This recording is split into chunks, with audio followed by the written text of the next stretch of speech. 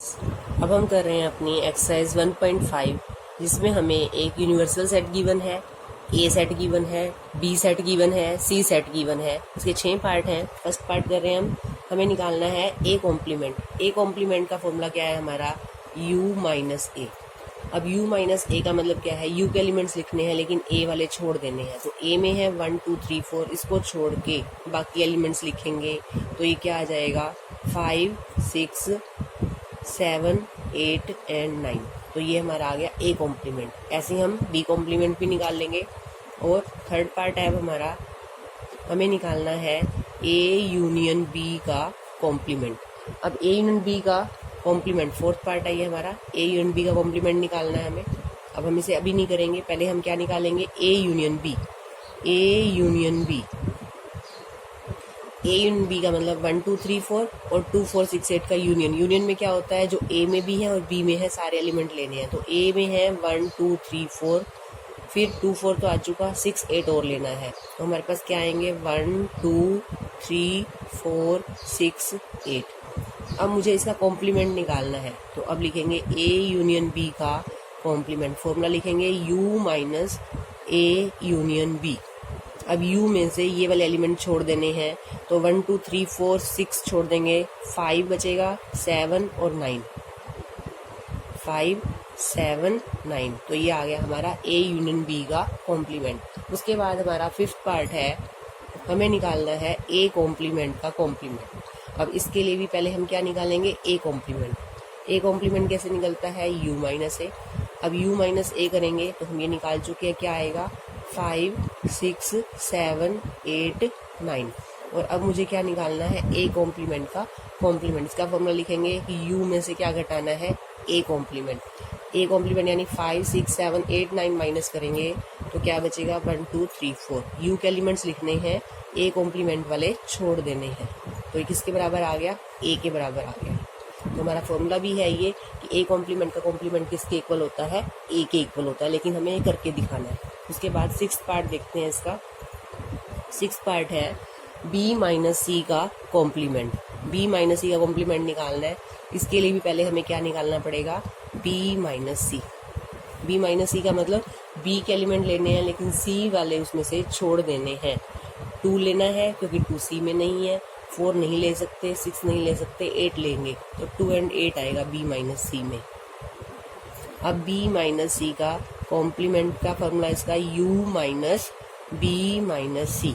तो u में से 2 एंड 8 छोड़ देंगे, बाकी लिख लेंगे। तो बाकी क्या है 1 3 4 5 6 7 9। तो ये हमारा आ गया बी माइनस सी का कॉम्प्लीमेंट।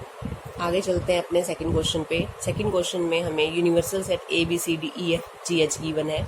आगे इसका फर्स्ट पार्ट है ए सेट गिवन है ए बी सी, और हमें क्या निकालना है, ए कॉम्प्लीमेंट। तो ये तो हमें आता है निकालना u माइनस ए, यानी कि यूनिवर्सल सेट में से ए बी सी छोड़ देंगे तो क्या बचेगा D E F G H. तो इसके हम सारे पार्ट ऐसे ही कर लेंगे सेकंड क्वेश्चन के। आगे अपना थर्ड क्वेश्चन करते हैं। थर्ड क्वेश्चन में हमें यूनिवर्सल सेट गिवन है नेचुरल नंबर।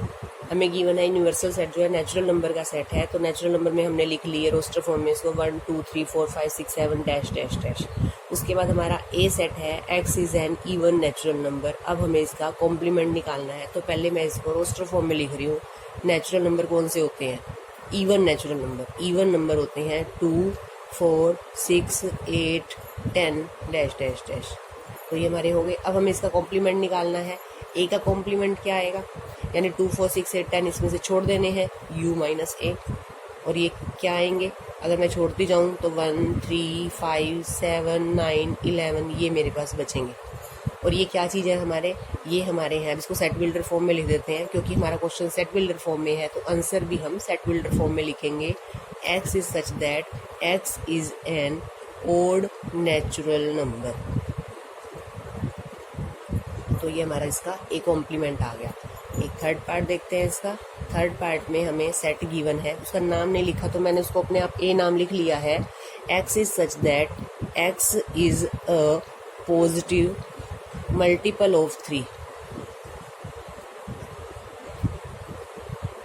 मल्टीपल ऑफ 3 क्या होते हैं, पहले इसको रोस्टर फॉर्म में लिख लेते हैं। मल्टीपल ऑफ 3 हैं 3 6 9 12 15 18 डैश डैश डैश।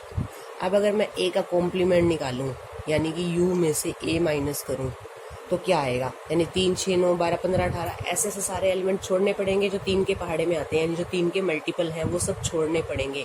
तो हमारे पास क्या बचेंगे, 1 2 3 नहीं लेना, 4 5 6 नहीं लेना, 7 8 डैश डैश। ये क्या चीज़ है हमारी, इसके अंदर क्या नहीं है, इसके अंदर हमारे 3 के मल्टीपल नहीं है। तो इसको सेट बिल्डर फॉर्म में कैसे लिखेंगे, x is such that x is not a multiple of 3। बाकी सारे तो हैं लेकिन जो 3 के मल्टीपल है वो नहीं है, तो हमने ये लिखा कि x is not a multiple of 3। Number 3 के फोर्थ पार्ट पे आते हैं। हमें ए सेट गिवन है, x is such that x is a prime number. Prime number लिख लिए मैंने, क्या होते हैं 2 3 5 7 11 13 अभाज्य संख्या है। इसका कॉम्प्लीमेंट क्या है, इसके कॉम्प्लीमेंट में क्या आएगा, इसके कॉम्प्लीमेंट में ये सब छोड़ के आएंगे, 1 आएगा, फिर उसके बाद 4 1 4, फिर आगे 6 8 9 14 15 डैश डैश, यानी कि भाज्य संख्याएं। तो अब इसको क्या लिखेंगे, अब भाज्य संख्याएं का लिखती हूँ कंपोजिट नंबर, लेकिन उसमें तो 1 नहीं होता है, तो हमने क्या लिखना है यहाँ पर, x is such that x is a composite number.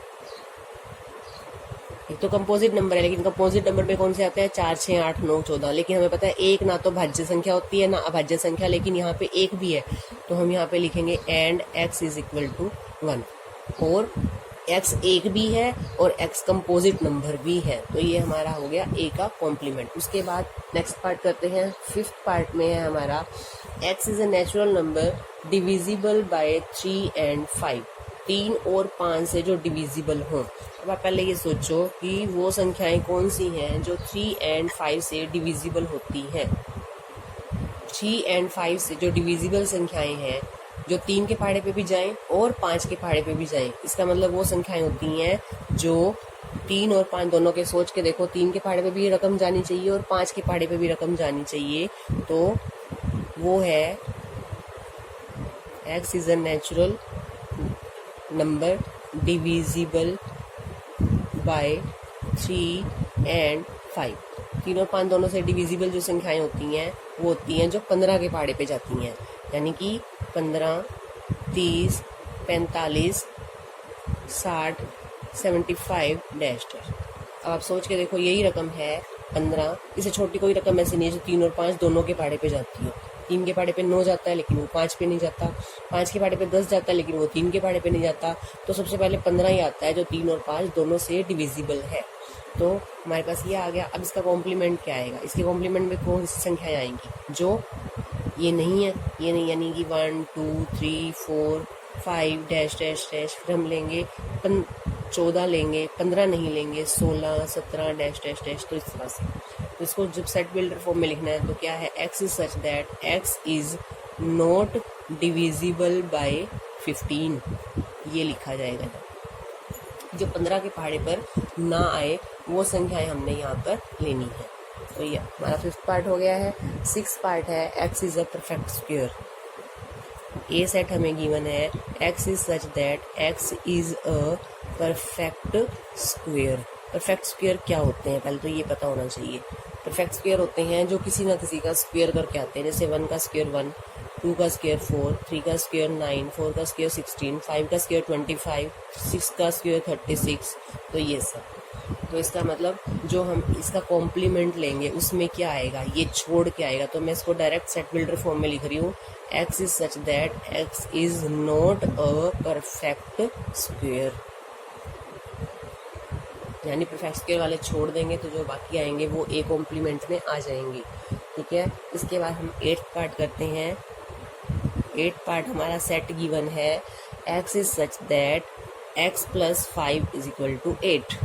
अब यहाँ हम x plus 5 is equal to 8 को सोल्व करके दिखाएंगे। पहले x plus 5 is equal to 8, यानी कि x is equal to 8 minus 5, x is equal to 3। इसका मतलब a सेट के अंदर हमारा क्या है, ओनली 3, ओनली 3। ठीक है, तो बाकी सारा के सारे नेचुरल नंबर तो लेना है, लेकिन सिर्फ ये नहीं लेना कि x plus 5 is equal to 8 हो। x प्लस 5 8 कब होता है, जब x की वैल्यू 3 होगी, और किसी चीज़ के लिए पॉसिबल नहीं है ये x plus 5 is equal to 8। तो a कॉम्प्लीमेंट क्या आ गया, a complement x is such that x plus 5 is not equal to 8। Complement में, यानी ये नहीं आना चाहिए। ये कब आता है? जब x + 5 = 8 होता है, तो कॉम्प्लीमेंट में x + 5 is not equal to 8। तो इस तरह से आपने थर्ड क्वेश्चन कंप्लीट कर लेना है। और में हमें एक यूनिवर्सल सेट गिवन है, ए सेट गिवन है, बी सेट गिवन है। क्वेश्चन है हमारा verify that A union B complement is equal to A complement intersection B complement. ये हम फॉर्मूला कर चुके हैं, this is called De Morgan's law. ये हमें वेरीफाई करना है। वेरीफाई का मतलब क्या होता है कि आप LHS सोल्व करो, RHS सोल्व करो, और अगर दोनों सेम आ जाएं तो वेरिफिकेशन हो जाती है। तो अब हम करते हैं, पहले हम LHS स्टार्ट करते हैं। LHS क्या है हमारा? ए यूनियन बी का कॉम्प्लीमेंट निकालना है हमें। अब ए यूनियन बी का कॉम्प्लीमेंट निकालने के लिए पहले हमें क्या निकालना है? A union B. अब ए यूनियन बी क्या है?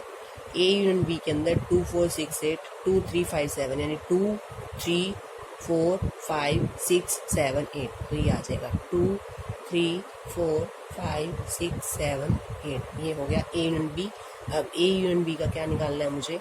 कॉम्प्लीमेंट, यानी कि u minus A union B करेंगे, यानी यू अपने यूनिवर्सल सेट में से 2 3 4 5 6 7 8 छोड़ेंगे तो क्या बचेगा? 2 3 4 5 6 7 8 छोड़ेंगे तो 1 and 9। तो ये हमारा आ गया LHS। अब हम करते हैं अपना RHS। RHS है मेरा A complement intersection B complement. ये निकालने के लिए मुझे क्या करना है? पहले मुझे ए का कॉम्प्लीमेंट निकालना है। ए का कॉम्प्लीमेंट, ए सेट क्या है मेरा? 2 4 6 8। अब ए कॉम्प्लीमेंट क्या है? यूनिवर्सल सेट में 2 4 6 8 छोड़ दो, बाकी लिख लो।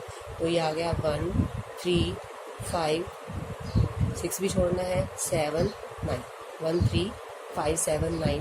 अब क्या निकालेंगे? बी का कॉम्प्लीमेंट। बी में क्या है? बी में है मेरे पास 2 3 5 7। 2 3 5 7 छोड़ो तो मेरा क्या बचता है? 1 2 छोड़ दिया, 3 छोड़ दिया, 4 5 छोड़ दिया, 6 7 छोड़ दिया, 8 और 9। अब मुझे क्या निकालना है? A complement intersection B complement, इन दोनों का इंटरसेक्शन। इंटरसेक्शन में क्या होते हैं? हमेशा कॉमन एलिमेंट्स। कॉमन एलिमेंट्स कौन से हैं? यहाँ पर कॉमन एलिमेंट्स दिखेंगे। 1 कॉमन है, 1 आएगा, और कुछ कॉमन है, और 9 कॉमन। अब मैं यहाँ क्या लिखूंगी? LHS is equal to RHS, hence verified.